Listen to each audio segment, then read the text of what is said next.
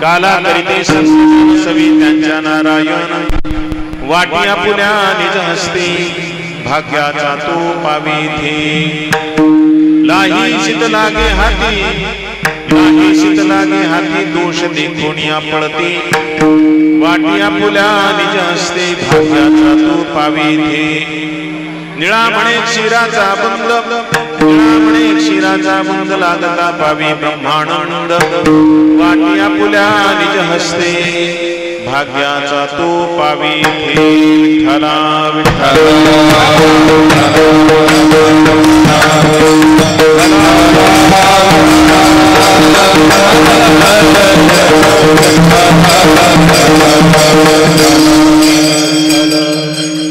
समचरण सरोजम सासरणं जखरण हित पाणी मंडन मंडन तरुण तुलसी माला कंधरं सदय धवलहा संविठ्ठलं चिंतया ओम ज्ञानेश्वर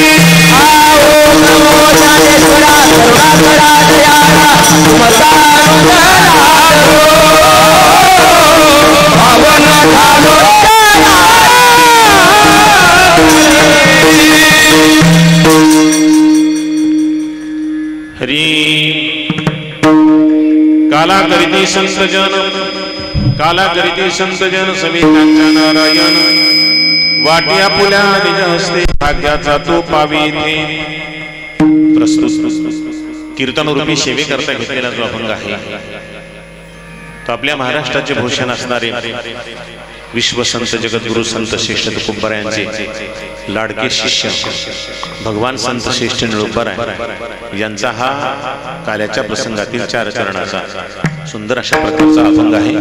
आपण या अभंगावर या प्रसंगी यथामती थोडक्यात चिंतन करण्याचा प्रयत्न करू।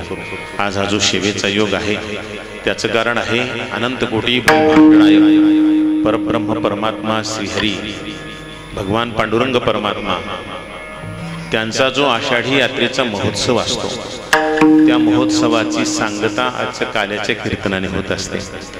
परमपूज्य गुरुवर्य स्वामीजी यांनी हे आपलं पंढरपूरच आहे असं समजून आपल्या इथे पंढरपूरचा काला झाला पाहिजे। आपल्या इथे जर रुक्मिणी पांडुरंग परमात्मा आहे तर आपल्यासाठी हे पंढरपूरच आहे। मग तिथं जर पंढरपूरमध्ये काला होत असेल तर आपल्या इथे सुद्धा काला झाला पाहिजे आणि म्हणून इथे काल्याच्या कीर्तनाचं आयोजन भगवान रुक्मिणी पांडुरंगाच्या सानिध्यामध्ये गुरुवर्य स्वामीजींनी पहिल्यापासून प्रारंभ केलेला आहे। 1972 पासून हा उत्सव आपल्या इथे चालू आहे। त्याच्या अगोदरही उत्सव चालू होता पण स्वामीजींनी ही अशी दिव्य प्रथा आपल्याला घालून दिलेली आहे आणि त्या प्रथेनुसार आज काल्याचं कीर्तन। आणि दुसरी अशी गोष्ट आहे दुग्ध शर्करा योग ज्याला म्हणतात आज काल्याचं कीर्तन तर आहेच आहे। अनंत कोटी ब्रह्मांड नायक भगवान रुक्मिणी पांडुरंगांच्या या यात्रा महोत्सवाच्या सांगतेचा उत्सव त्यामुळे काला आणि दुसरं म्हणजे अनंत कोटी ब्रह्मांड नायक परब्रह्म परमात्मा जेव्हा श्री गुरूंच्या रूपानं अवतार धारण करतात जगाचा उद्धार जीवांचा उद्धार करण्यासाठी जगामध्ये कार्य करतात। ज्या दिवशी त्यांनी उपदेश करून जीवांना उपदेश करून जीवांचं कल्याण करण्यासाठी अवतार धारण केला आणि सुंदर अशा प्रकारे उपदेशाचं कार्य केलं। उपदेश करून जो मानव पशुत्वाकडे जात होता त्याला पशुत्वाकडे न जाऊ देता त्याला परत देवत्वाकडे घेऊन जाण्याचं कार्य भगवंताने अवतार धारण करून कारण आपणची देव होय गुरु माझ्या विठोबाचा कैसा प्रेम भाव आपणची देव होय गुरु परब्रह्म परमात्मा स्वतःच आपणच देव असून सुद्धा आपण गुरु होऊन अवतार धारण करतात। गुरु होऊन अवतार धारण करून हे जे जीव अधोगतीला चाललेले आहेत त्या अधोगतीला चाललेल्या जीवांना पुन्हा उद्धरून नेण्याचा मार्ग सांगतात। आणि माशे जे गुरु भगवान व्यास ज्यांनी जगामध्ये ज्ञानाचा एकदम असा प्रकाशच केला नाही सगळीकडे ज्ञानाचा प्रकाश ज्ञानाचा उजेड सर्वत्र केलेला आहे कारण प्रदीप्त अशा प्रकारचा ज्ञानाचा दिवा प्रज्वलित करण्याचं कार्य ज्या भगवान व्यासांनी केलं त्यांच्या नावाने आज व्यास पौर्णिमा त्यालाच गुरु पौर्णिमा सुद्धा म्हणतात।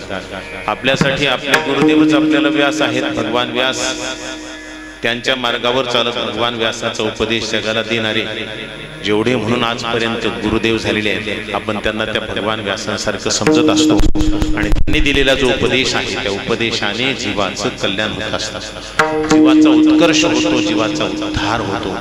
उद्धार होणं फार महत्वाचं आहे। आपण आतापर्यंत मनुष्य शरीरापर्यंत आलोत म्हणजे आपण उद्धारच केलेला आहे। आपण काहीतरी पुण्य केलेले फार मोठं आणि बहुता सुकृती नरदेह लागला भक्ती वीण गेला अधोगती। आपण आपला उद्धार केलेला आहे कारण आपण काहीतरी पुण्य केले पूर्वजन्मात या जन्मात नाही पूर्वजन्मात अनंत जन्माची पुण्य संपत्ती आपल्या साठ्यामध्ये आहे आणि त्या अनंत जन्माच्या पुण्याईने बहुता सुकृती नरदेह लागला।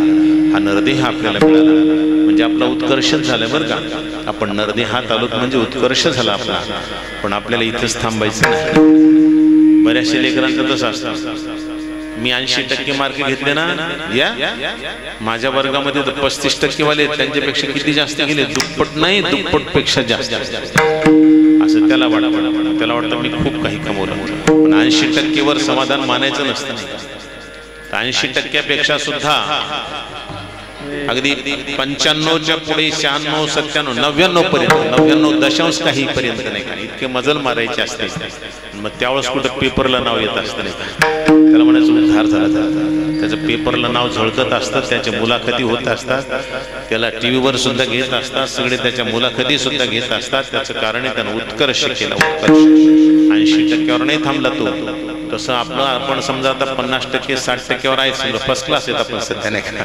मनुष्य शरीरात आलो म्हणजे आपण फर्स्ट क्लास पास आहेत, पशुपेक्षा नाही का? फर्स्ट क्लासचे पास आहेत आपण, नाही का? पण आपण एवढ्यात फर्स्ट क्लास नाही समजायचं, त्याच्यापेक्षा जास्त, त्याच्यापेक्षा जास्त, त्याच्यापेक्षा जास्त घेऊन शेवटी आपण देवत्वाला पोहोचायचं. देवत्व म्हणजे इंद्रादिक देवांचं देवत्व नाही प्राप्त करायचं आपल्याला, ते देवता नाही व्हायचं. ते देव म्हणजे आपल्यासारखेच थोडेसे जीवित, पण ज्यांचा जास्त उत्कर्ष झालेला आहे. व्यावहारिक उत्कर्ष म्हणा, ज्याला भौतिक उत्कर्ष म्हणा, असा उत्कर्ष त्याने केलेला आहे. पण आपल्याला त्या भौतिक उत्कर्षाकडे जायचं नाही, आपली आध्यात्मिक उन्नती झाली पाहिजे. ही आध्यात्मिक उन्नती ती खरी उन्नती आहे. आणि आपण भौतिक उन्नतीला सर्वात श्रेष्ठ उन्नती समजत असतो. एखाद्यानं खूप काही कमवलं असेल तर आपण म्हणत असतो, काय कमवलं बरं काम माणसानं, वा वा, याला म्हणतात कमाई, खरंच त्याचा मुलगा निघाला असं म्हणत असतो आपण. पण ती भौतिक उन्नती खरी उन्नती नाही, आध्यात्मिक उन्नती ज्याला म्हणतात. आध्यात्मिक उन्नतीमध्ये एवढी उन्नती आहे की एकदा आपण परमात्मा स्वरूपाच्या आकाराचे झालो की आपण छोटेसे राहत नाही, आपण किती मोठे होतो. जसं भगवान संत श्री तुकोबर अनुभव सांगतात, अनोरणीया थोकडा तुका आकाशा एवढा. हे आकाशा एवढा हे काही सामान्य नाही. अनोरणीय थोकडा म्हणजे अत्यंत सूक्ष्महून सूक्ष्म, सूक्ष्मतर. आणि आकाशा एवढा म्हणजे जेवढे व्यापक वस्तू आहेत त्या सर्व व्यापक वस्तूंचं सुद्धा पांघरून मी आहे, अशा प्रकारचा अनुभव त्या ज्ञानामध्ये असतो. तो खरा उत्कर्ष, तो अनुभव असतो. आपल्याला तेवढं म्हणजे शरीराने होता येत नसतो. मला वाटतं तेवढं जर शरीराने व्हायचं म्हटलं तर इथं प्रत्येक जण तेवढा जर झाला तर इथं बसायला जागा नसते राहील. की आपलं आकाश किती छोटंच आहे, नाही का? तरी आता मोठं झाले तरी पण छोटंच पडते, नाही का?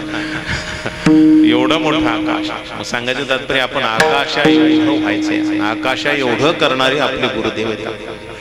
आपल्याला कोणी मोठं केलं असेल, सासऱ्यानं जर तुम्हाला समजा 10 लाख रुपये दिले नोकरीला लग्नासाठी, तुम्हाला दिले नाहीत पण सांगायला बरं का, हा म्हणजे तसं हुंडा दिला असेल पण 10 लाख रुपये नोकरीला नाही दिले, नाही का? पण 10 लाख जर दिले असेल तर त्यांनी मोठं केलं असं नाही समजायचं. काही नाही मोठं केलं, थोडंसं मोठं केलं, फार नाही मोठं केलं, पण बरंच मोठं केलं पण फार नाही मोठं केलं, नाही का? पण गुरुदेवाने जर समजा आपल्याला अनुभव दिला असेल आणि आकाश एवढं जर केलं असेल तर फार मोठं केलं. मग गुरुदेव जेवढं मोठं करत असतात तेवढं जगामध्ये आपल्याला कोणी मोठं करत नाही, नाही का? देवाला सुद्धा तेवढं मोठं करण्यासाठी गुरु होऊनच यावं लागत असतं. जीवाला जर एवढं मोठं करायचं असेल देवाला आपल्या एवढं, तर गुरु देव होऊन त्यांना नाही मोठं करता येत, नाही का? ते गुरु होऊनच मोठं करावं लागतं. नामदेवरायांना जेव्हा एवढं मोठं करायचं होतं, एवढं मोठं करण्यासाठी भगवान पांडुरंगरायाला विटेवर उभं राहून नाही करता आलं. ते शेवटी विसोबा व्हावं लागलं त्यांना. विसोबाच्या रूपानं गुरुदेवच आहेत, नाही का? भगवान पांडुरंगच विसोबाच्या रूपानं आहेत, पण पांडुरंगाच्या रूपानं नाही करता आलं जे देवाला, ते विसोबाच्या रूपानं भगवंताने केलं. मग भगवान संत श्रेष्ठ नामदेवराय, भगवान संत श्रेष्ठ विसोबारायांच्या बोधाने एवढे मोठे झाले, एवढे मोठे झाले की आकाशा एवढे झाले. तर एवढं मोठं आकाशा एवढं होण्यासाठी उपदेशाची गरज आहे. आणि तो उपदेश देण्यासाठी ज्यांचा आपण यात्रा महोत्सव साजरा करत असतो तेच भगवान पांडुरंग परमात्मा गुरु होऊन येत असतात.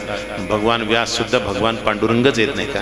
त्याचं कारण काय? भगवंताच्या 24 अवतारामध्ये भगवान व्यास सुद्धा येतात. म्हणून व्यास पौर्णिमा म्हणजेच गुरुपौर्णिमा, आणि त्या गुरुपौर्णिमेचा आणि आजच्या काल्याचा हा दोन्हीचा संगम आहे, नाही का? अशा प्रकारच्या संगमावर आपण जमलेलो आहोत. आपल्याला जास्त वेळ घ्यायचा नाही, कारण आता सध्याचा काळ आणखीन पूर्ण कोरोनाचं काही संकट गेलेलं नाही. आपल्याला बरं वाटायला खूप दिवसानंतर आपण एवढे जमलो, म्हणजे कीर्तनाला जमलो, पण तरीही पण आपण सांभाळायला पाहिजे बरं का, सांभाळून राहायला पाहिजे. तुम्ही म्हणाल आकाश एवढं करतात आणि पुन्हा लहान करून ठेवतात, नाही. आकाश एवढं व्हायचंय आपल्याला, पण त्याच्यासाठी जगलो पाहिजे आपण. आपला अनुभव टिकेपर्यंत, आपला अनुभव आपल्याला पूर्ण दृढ होईपर्यंत आपल्याला जगायचंय. आणि ते जगण्यासाठी आपल्याला जपायचे सुद्धा, नाही. जगायचे तर जगण्यासाठी जपायचे सुद्धा. जपण्यासाठी आपण सावधान असलं पाहिजे. आणि म्हणून उगच बेसावधासारखं उगत नाही झाल्याचं, वेड्यासारखं हेंद्र्यासारखं आपलं एवढ्या मोठ्या माणसात बसले तरी मास्क नाही लावायचं, आपण लक्ष नाही ठेवायचं. असं जर ठेवत असतं तर आपण लक्ष ठेवलं पाहिजे, नाही का? आपल्याला लक्ष ठेवावं लागेल. आताही एवढ्या मोठ्या गर्दीमध्ये आपण सगळ्यांनी सावधान राहिलं पाहिजे. म्हणून थोडा वेळ करणारे कीर्तन मी, जास्त वेळ नाही घेणार. त्याचं कारण काय की आपल्याला सगळ्यांना पुन्हा कोणी म्हणू नये की महाराजांनी एवढा वेळ कीर्तन करून एवढे लोक जमवले, हे होऊ नये. त्याच्यासाठी आपण फार थोड्या वेळामध्ये सार तुम्हाला सांगतोय फक्त, तेवढ्या सारामध्ये खूप आनंद घ्यायचा आहे. तर आपल्याला भगवान संत श्रेष्ठ निळोबाराय सांगतायत. आजचा काल्याचा प्रसंग आहे ना. आता काला कोण करत असतात? काला तसं भगवंताने सुद्धा केलेला आहे, पण तो आधी भौतिक काला असेल नाही का, म्हणजे दही भाताचा काला असेल नाही का, परंतु आदिदैविक आध्यात्मिक काला जो आहे, आध्यात्मिक काला जर करायचा असेल तर भगवंताला संत होऊनच यावं लागतं. भगवान श्रीकृष्ण परमात्म्याने जर काला केला असेल दही भाताचा, तर दही भाताचा काला करण्यासाठी ते श्रीकृष्ण होते. पण जेव्हा त्यांना आध्यात्मिक काला करायचा होता तेव्हा ते भगवान ज्ञानेश्वर माऊली रूपानं जन्माला, ज्ञानेश्वर माऊली होऊन जन्माला आले. तर काला माऊलीनेही केला, काला पांडुरंगानेही केला, दोघं एकच आहेत. म्हणून काला करण्यामध्ये कोणाचं कमी जास्तपणा नाही. आणि म्हणून काला जो करायचा आहे तो काला करण्यासाठीच भगवंत असतात. भगवंत काला करत असतात म्हणजे जीव शिवाचं ऐक्य करत असतात. आपण खूप दिवसानं देवापासून दूर झालो, त्या देवापासून दूर झालेल्या जीवाला पुन्हा देवाच्या जवळ घेऊन जायचं नव्हे, देवच करायचंय. विसरलेली त्याला आठवण करून द्यायची. म्हणून आपल्याला विसरलेल्या जीवाला आपल्या स्वरूपाची आठवण करून देणारे संत असतात. आणि ते संत काय सांगत असतात? आहे मी हा कोण करावा विचार, म्हणे ज्ञानेश्वर निवृत्तीचा. ही काल्याची सुरुवात आहे मी हा कोण करावा विचार. आणि त्या विचाराची परिपक्वता म्हणजे काल आहे. तेव्हा मी कोण आहे असा विचार केला जातो. तेव्हा मी कोण आहे तर मी सच्चिदानंद परब्रह्म आहे अशा प्रकारचा जेव्हा निश्चय होतो तेव्हा तो काल्याची म्हणजे एकदम शेवटचं टोक आहे, परिसीमा आहे. परिसीमा, काल्याची परिसीमा. तर सुरुवात विचारापासून होत असते. आणि म्हणून आपण विचाराला सुरुवात करायला पाहिजे. विचार खूप करतात माणसं, पण कशाचा विचार करतात ते सांगायची गरज नाही का. विचारानं काही काही माणसांचे डोके जागेवर राहिले नाहीत, त्यांना म्हणजे गोळ्या द्याव्या लागतात नाही का. कशाच्या डोकं ताळ्यावर राहण्याच्या गोळ्या द्याव्या लागतात नाही. विचार एवढं करतात की डोकं ताळ्यावर येण्यासाठी त्यांना डॉक्टरला गोळ्या द्याव्या लागत असतात नाही का. मग सांगायचं तात्पर्य त्या गोळ्या नाही घ्यायच्या, तो विचार नाही करायचा, त्या विचारानं काय होणार नाही. तर विचार करत असताना कोहम कथमिदम जातम वै कर्तास्य विश्यते विद्यते उपादान किमस्तीह विचार सोयमीदृशः. अशा प्रकारचा जो विचार आहे तो विचार काय? कोहम कथमिदम जातम, मी कोण आहे, हे जग कसं झालेलं आहे. को वै कर्तास्य विश्यते विद्यते, या जगाचा कर्ता कोण आहे नाही का. उपादानम किमस्तीह, हे जग निर्माण करण्यासाठी भगवंतानं काय काय साहित्य वापरलेले, उपादान काय नेमकं नाही का.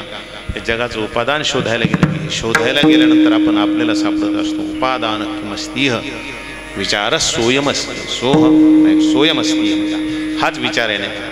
यालाच विचार म्हणत असताना अशा प्रकारचा विचार तो आपल्याला मी कोण आहे हे विचार करण्यासाठी सहाय्य करत असतो. आणि असा जर विचार केला तर विचारांती आपल्याला काला सापडत असतो. आणि तो काला आपल्याला संत देत असतात. विचाराच्या द्वारा शेवटी परब्रह्माची प्राप्ती हा आहे काला. आणि परब्रह्म स्वरूप होणे म्हणजेच तो काला. आणि तो काला कोण करत असतात? संत करत असतात. म्हणून सांगतात काला करीती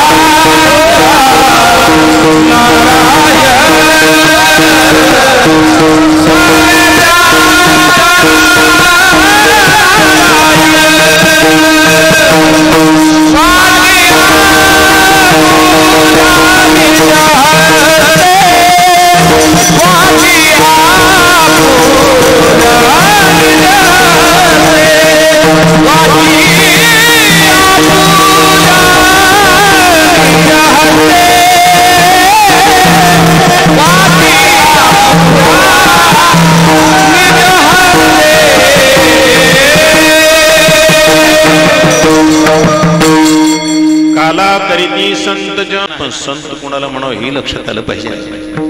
काला म्हणजे एक अत्यंत चरमोत्कर्ष स्थिती आहे. अशा प्रकारच्या स्थितीला नेऊन पोहोचवणारे संत असतात. पण आपण कुणालाही जर संत समजून त्यांच्या पाठीमागे लागलो तर काम नाही जमणार नाही का. कधीही बाह्य वेशावरून संत ओळखता येत नसतात.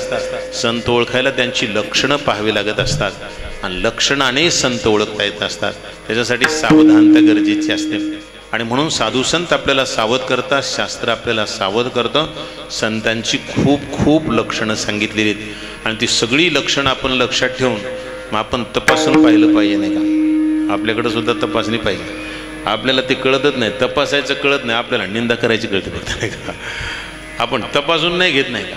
फक्त त्यांची वर काहीतरी पाहिले की निंदा करत राहतो. निंदा नाही करत बसत. तपासायचं त्यांना नाही का. तपासणी ही महत्त्वाची असते. तपासून घ्यायचं आणि तपासून जर आपल्याला ती लक्षणं तिथं दिसली की मग मात्र समजायचं हे संत आहेत. आणि असे संत आपल्याला निश्चितच परमात्मा स्वरूपाकडे घेऊन जातील. म्हणजे आपला जीवनाचा खरा जो उत्कर्ष आहे तो उत्कर्ष आपल्याला प्राप्त करून देतील. आणि म्हणून त्या संतांकडे पाहायचं. त्या संतांची लक्षणं किती सांगितलेलीत नाही का. खूप खूप लक्षणं सांगितलेलीत नाही का. अनेक लक्षणं नाही का. संतांची लक्षणं सांगत असताना जी संतांची लक्षणं सांगितलेली आहेत ती तितिक्षवः कारुणिकाः सुहृदः सर्वदेहिनां अजातशत्रवः शान्ताः साधवः साधुभूषणाः मय्यननेन भावेन भक्तिं कुर्वन्ति दृढां मत्कृते त्यक्तकर्माणस्त्यक्तस्वजनबान्धवाः. एक जे पद आहे तितिक्षवः कारुणिका वगैरे याचं जर चिंतन करत बसलं तर खूप चिंतन होईल. आपण नुसतं सांगत चालतो नाही का. तितिक्षवः म्हणजे सहनशील असतात. आता तुम्हाला लक्षात घ्यायला पाहिजे सहनशीलता साधूच्या ठिकाणी असते. जेवढी सहनशीलता असते तिथं जास्त हळूहळू साधुत्व येत चाललंय समजायचं. सहनशीलता असते कारण अंतःकरणच उदार असतं आणि म्हणून सहनशीलता असते. तितिक्षवः कारुणिकाः त्यांच्या अंतःकरणामध्ये करुणा खूप असते. करुणा म्हणजेच दया. दया इतकी दया असते की बस दया क्षमा शांती तेथे देवाची वसती असं सांगितलं ना. दया तिथं असते आणि दया हा एक फार मोठा गुणधर्म आहे.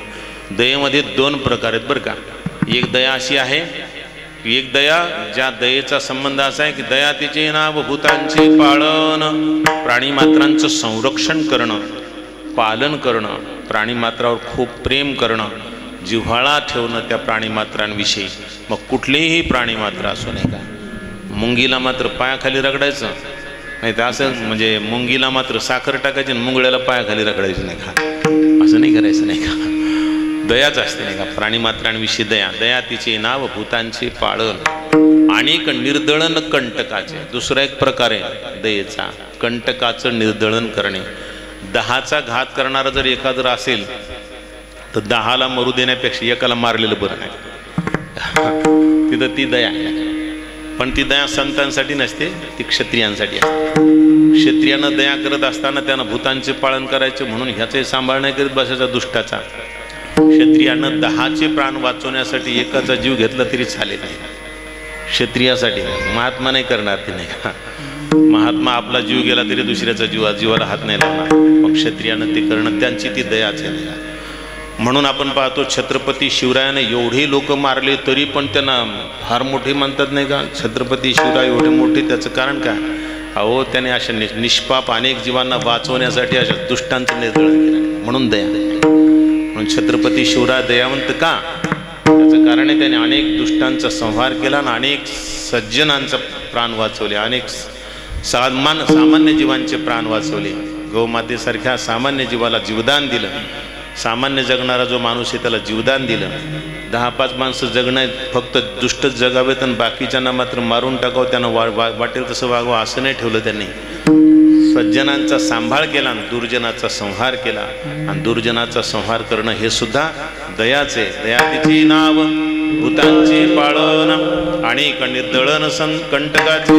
म्हणून जसे भगवान ज्ञानेश्वर माऊली संत आहेत तसे छत्रपती सुद्धा संत आहेत. दया, दयेमुळे बरं का, दया आहे म्हणणे का म्हणायचं त्यांना. ते खरंच संत ते सुद्धा आहेत ना. कारण अनेकांचे जीव वाचवण्यासाठी उदारतेनं आपल्या स्वतःच्या शक्तीचा वापर करून तिथं जगवणं हे सुद्धा महत्त्वाचं आहे. तर सांगायचं तात्पर्य दया हे सुद्धा आहे. करुणा नाही का. तितिक्षवः कारुणिकाः सुहृदः सर्वदेहिनां. संपूर्ण प्राणीमात्रांचे जे सुहृद असतात म्हणजे आपली अगदी जीवलग असतात नाही का. जसं आईवडील असतात ना ते आपले सुहृदच असतात. आपण त्यांच्यावर किती अपकार करा गड्या, ते आपल्यावर उपकारच करतात, ते सुहृदच असतात नाही का. तसं संत सुद्धा असेच आई वडिलासारखे असतात नाही का. म्हणून तर तुम्ही संत माय बाप कृपावंत म्हणतात नाही का. सुहृदः सर्वदेहिनां. आई वडीलच असतात ते. आपण त्यांना त्रासच देत राहतो आणि ते आपल्यावर दयाच करत राहतात. तसं आई वडील किती जरी त्रास दिला मुलांना तरी त्याच्यावर पुन्हा कृपाच करत राहतात. ते पुन्हा जरासं पुढं संकटात सापडले की पुन्हा त्याला मदत करत असतात. पण ते पुन्हा आणखीन उचलटंगडी करत नाही का, पुन्हा त्रास देत राहतात पण पुन्हा तरी त्याला मदतच करत असतात.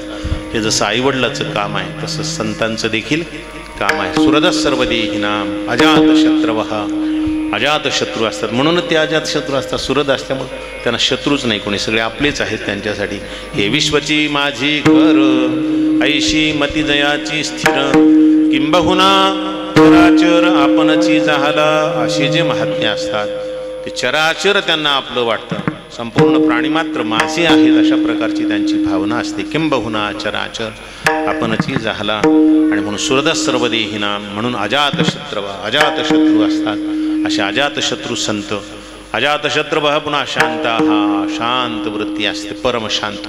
कितीही दुःखाचे प्रसंग आले तरी त्या दुःखाच्या प्रसंगात हे शांत. कितीही क्रोधाचा प्रसंग आला, कितीही अनंत प्रसंग आले तरी त्या प्रसंगातही धैर्य धरून शांती सांभाळणारे त्यांना म्हणतात संत. आणि अशी जी शांती असते परमशांती त्याला म्हणतात.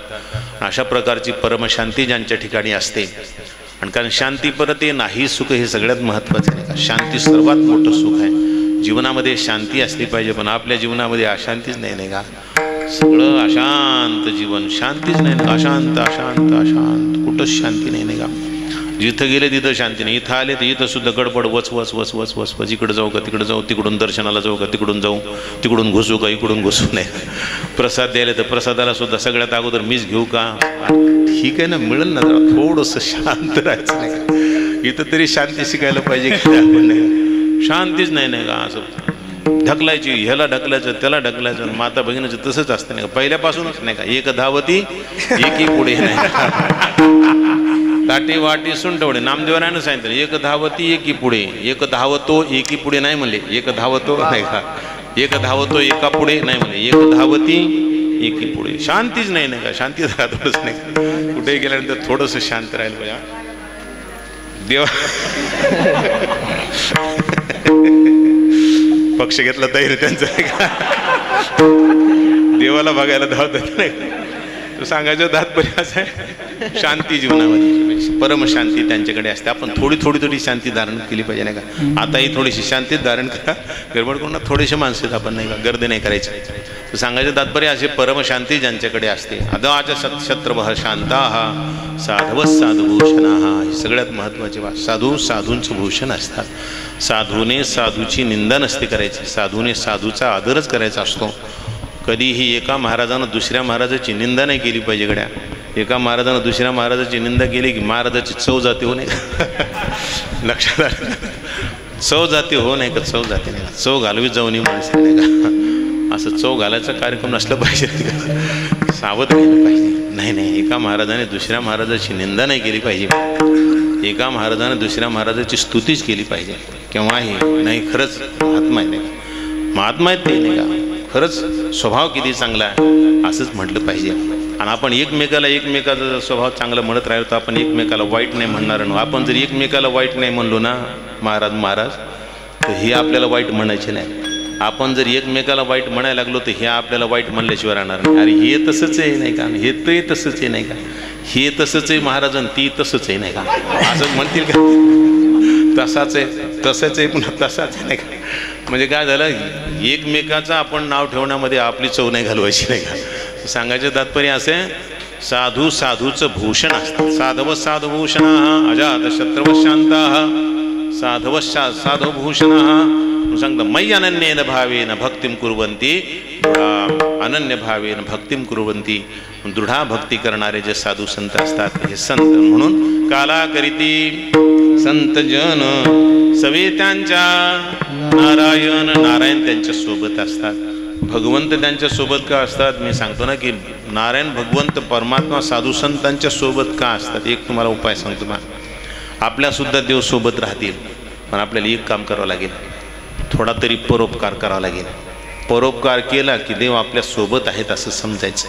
संतांच्या सोबतच देव का राहतात, आमच्या सोबत का राहत नाहीत. म्हणजे आपण परोपकार करत नाहीत ना. संतांच्या सोबत का राहतात, ते परोपकार करतात. भगवान संत श्रेष्ठ तुकोबराय म्हणे ना, तुझ भाव आहे देव तरी हा सुलभ उपाव कोणता. म्हणले तुका म्हणे फार थोडा तरी परोपकार, मग तुझ भाव आहे देव तरी हा सुलभ उपाव. संतांच्या नेहमी सोबत का असतात, त्यांचं जीवनच परोपकारासाठी असतं. त्यांचं आयुष्याचा प्रत्येक क्षण दुसऱ्यांसाठी असतो, स्वतःसाठी नसतोच त्यांचा. आणि म्हणून ते परोपकारी असल्यामुळं सवे त्यांच्या नारायण. आणि एक लक्षात ठेवायचं, देव सोबत ज्या भक्ताच्या राहतात ते गुपचूप बसत नसतात. देव ते काय करत असतात, ते स्वतःहून काम करत असतात, न सांगता करत असतात. भक्त समागमी सर्व भावी हरी मग सर्व कामी करी न सांगता. देवाचा एक स्वभाव आहे. भक्ताच्या घरी राहतात पण भक्ताच्या घरी राहून सुद्धा गुपचूप बसत नाहीत नाही का. काय करावं, देवाला म्हणा ना देवा गुपचूप बसा थोडंसं. की म्हणे नाही मी तुझ्या घरी येऊन गुपचूप कसा बसू, हे मला पाहत नाही, तुझं काही व्हायलेलं नाही का. भक्ताचे जिथं जिथं कुठं ऊन दिसेल तिथं स्वतःच देव अंगे देव करी. भाविकाचे काज अंगे देव करी काळी धर्माघरी उच्चिष्टते. म्हणून देव संतांसोबत राहतात आणि संतांसोबत राहून काय करतात, संतांची सर्व कामं करतात. म्हणून वाटी आपुल्या निज हस्ते. काला वाटायचे काम आहे नाही का, संतांना काला वाटायचं काम आहे. आणि आता एवढ्या मोठ्या लोकांना संतांना कसं काला वाटावं, कारण संतांचे दोनच हात आहेत, काला कसे वाटतील. तर भगवंत अनंत हाताचे आहेत ना, अनंत हाताचे. अनंत हस्ते देता कमला कराने, किती घेशील मानवा तू डोकेरा पुराणे.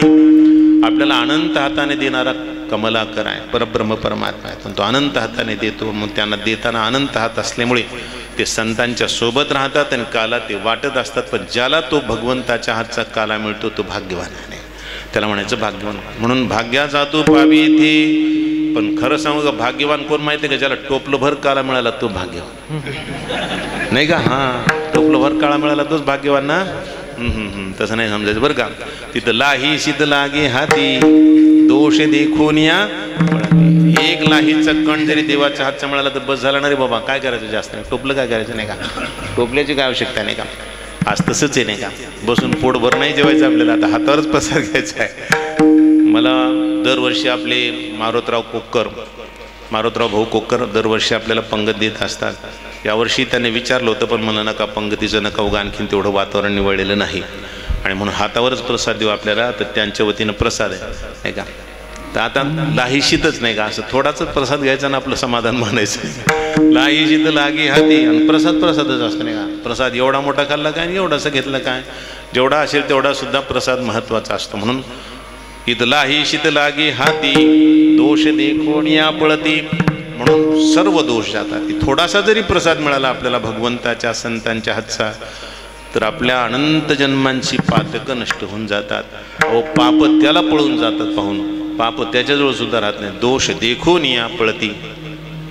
आपण जर अशा थोर महात्म्यांचं दर्शन घेतलं, ज्यांना काला प्राप्त झालेल्या भगवंताचा, असे जे महात्मे त्यांचं जर आपण दर्शन घेतलं, तर आपले सुद्धा पाप जातात. तयाच्या चिंतने तरतील दोषी, जळतील राशी पातकांच्या.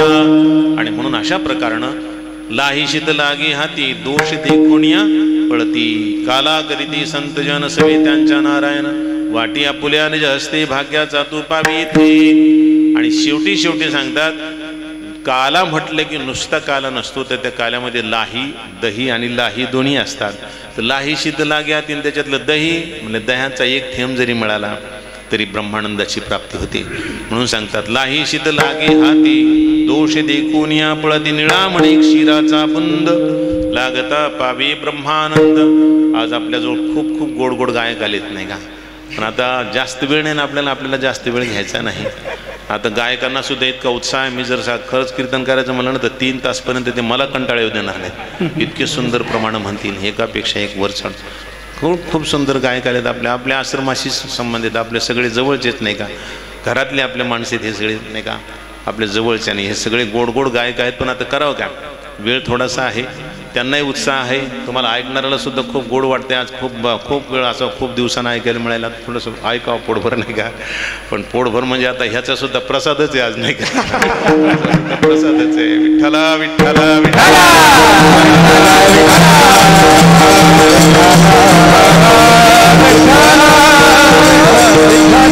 म्हणे क्षीराचा बुंद लाभता पावी ब्रह्मानंद. क्षीराचा बुंद, क्षीर म्हणजे दही किंवा दूध नाही का, याचा जो थेंब आहे एखादा जरी थेंब त्याच्यामध्ये आपल्याला मिळाला तरी तो ब्रह्मानंदाची प्राप्ती करून देऊ शकतो. ब्रह्मानंद म्हणजे आपण जो व्यवहारात आनंद भोगतो त्या आनंदाचा अनंत अनंत अनंत पटीनं मोठा आनंद. त्या आनंदा इतका मोठा आनंदच जगामध्ये कोणता नाही, ज्याच्या इतका आनंदच कोणता नाही त्याला म्हणायचं ब्रह्मानंद. ज्या आनंदापेक्षा मोठा आनंद जगात कोणताच असू शकत नाही, असा जो आनंद आहे त्याला म्हणायचं ब्रह्मानंद. असा जो ब्रह्मानंद आहे तो ब्रह्मानंद प्राप्त जर करायचा असेल तर आपल्याला भगवंताकडे जावं लागेल. भगवंताकडे जर गेलो आपण तर भगवंत आपल्याला संताकडे घेऊन जातील. आणि आपण जर संतावर पूर्ण निष्ठा ठेवली आणि संतावर पूर्ण श्रद्धा ठेवून संतांची सेवा जर आपल्या हातून घडली तर मग मात्र ब्रह्मानंदाची प्राप्ती होईल.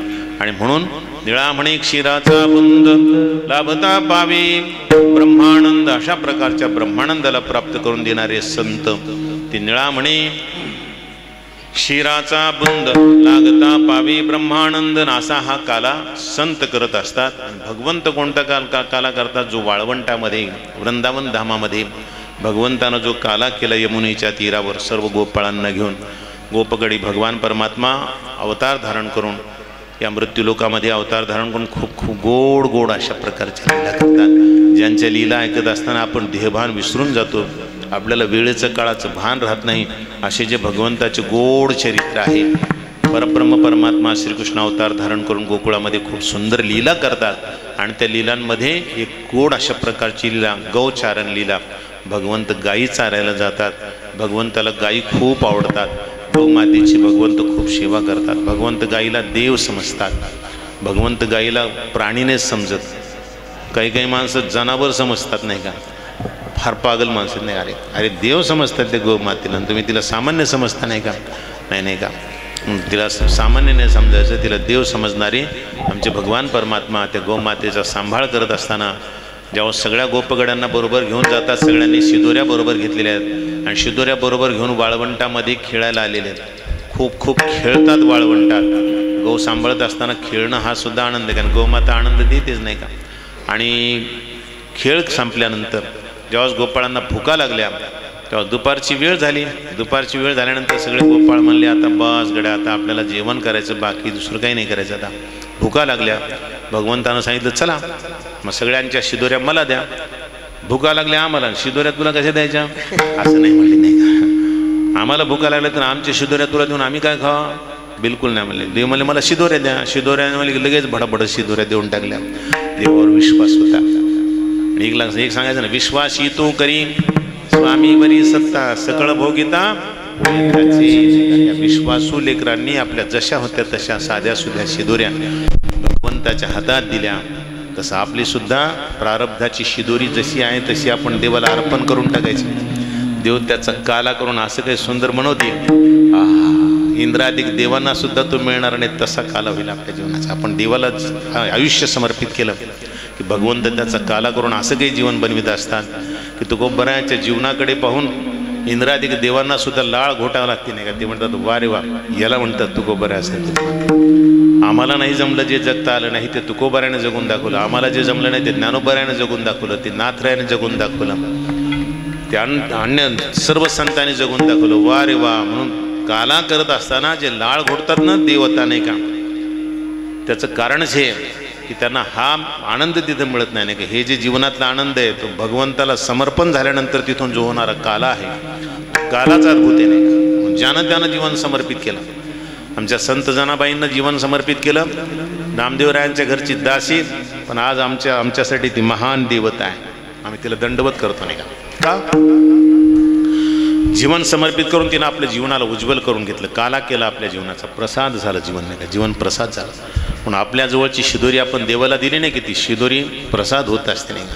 गुरुवरे स्वामीजीच्या ताटामध्ये प्रसाद राहिला ना तर त्याच्यासाठी भांडणं लागत होते, नाही का. तर नारायणराव विनोदानं म्हणायचे, नाही का, महाराज गुरुजी स्वामीजी आमच्या ताटात जे राहिलं ना त्याला भांदाडं म्हणत असतात. उष्ट नाही का, भांदाड म्हणत नाही, तर भांदाडं म्हणत असतात. पण तुमच्या ताटात राहिलं ते प्रसाद असतं, नाही का, नाही का. त्याला प्रसाद म्हणत असतात, नाही का. आणि त्या प्रसादानं अनेकांचं कल्याण होतं, नाही का. तर प्रसाद आहे, नाही का. तसं इथे आपण देवाला अर्पण केलेलं जीवन म्हणजे प्रसाद आहे, सामान्य जीवन नाही. आणि म्हणून देवाला अर्पण करायला पाहिजे, ते जीवन प्रसाद होत असतं. आणि या सर्व गोपाळांनी आपलं जीवन, आपलं सर्वस्व देवाला दिलं होतं. म्हणून शिदोरी द्यायला काय लागते त्यांना, त्याने सगळंच अर्पण केलेलं. तर शिदोरी द्यायला ते कशाला हिचकिच करतील, नाही का. आपण दिले असत्या शिदोऱ्या, पण आपण जरा थोडंसं त्याच्यामध्ये आपला शहाणपणा दाखवला असता. 2 चपात्या मागं ठेवून बाकीचं दिलं असतं, नाही. त्याच्या कशासाठी नासावा पण असावा, नाही का. कशासाठी नासावा पण असावा, असे आपलं काम, नाही का. आपण मागं ठेवूनच करणार. शिल्लक ठेवणारा जो कोणी असतो, काही मागं उरी ठेवतो त्याचा देव स्वीकार करत नाही. तो सर्वस्व देतो त्याचा मात्र लवकर स्वीकार करत असतात. म्हणून तो सर्वस्वाशी मुकावे तेने हरीशी जिंकावे. आणि हे लेकरं त्यांच्याजवळ जे होतं ते सर्व दिले म्हणून सर्वस्वाशी मुकले नाही. त्यांच्याजवळ ज्या साध्या शिदोऱ्या होत्या त्याच पण सर्व देऊन टाकल्या देवाला. घास सुद्धा मागं ठेवला नाही, घास सुद्धा नाही ठेवला, एक कण सुद्धा मागं ठेवला नाही, सर्व देवाला देऊन टाकलं. म्हणून मोठे ठरले ते.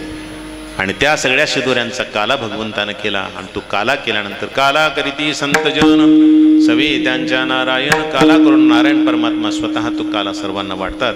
आणि तो काला सगळ्यांना दिल्यानंतर मग भगवंत आपल्या हातावर काल्याचं कवळ घेतात. किती छान दिसतात देव. बिभ्रत वेणूम जठरपटयो शृंगभीत्री च कक्षे वामे पानो मसृण कवलम तत्फलान्यंगुलीषु तिष्ठन्मध्ये स्वपरिसुरदो हासेन्नर्म विश्वैः स्वर्गे लोके मिष्यति भुभुजे यज्ञ भुक्पाल कीलिहि गोपाल कृष्ण भगवान की जय. गोपाल कृष्ण भगवान की जय. गोपाल कुमारी जय. गोपाल कुमारी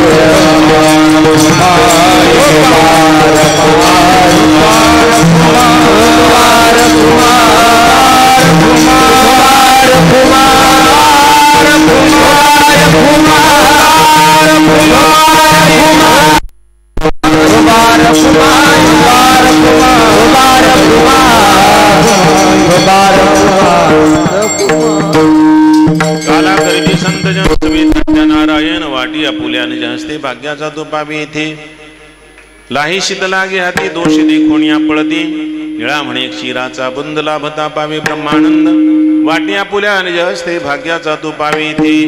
आज या कीर्तन सेवेमध्ये भारती चैतन्यताई छोटे स्वामीजी आणि उपस्थित असणारे सर्व महात्मे मंडळी, महाराज मंडळी, आपले दादा सगळे महाराज आहेत, आपल्या परिवाराशी निगडीत असणारे सर्व गुरुवर्य स्वामीजींच्या चरणाशी निगडीत असणारे सर्व महात्मे मंडळी, महाराज मंडळी आलेले आहेत. गायक वादक सगळे एकाएकाहून बळीरे असे गोड गायक आहेत. या सर्व गायकांना खरं म्हणजे चाल द्यायला पाहिजे होते, पण आता आज आपण क्षमा मागू नाही का. पुढे कधी जेव्हा कार्यक्रम होईल सगळं निवळल्यानंतर तेव्हा सगळ्यांना चालीच जास्त देऊ नये, कीर्तन मी कमी करेल नाही का, चालीच जास्त देऊ नये का.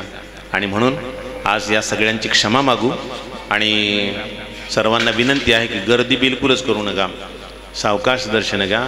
याच्यामध्ये एवढ्यामध्ये धक्काबुक्की करू नका, गर्दी करू नका.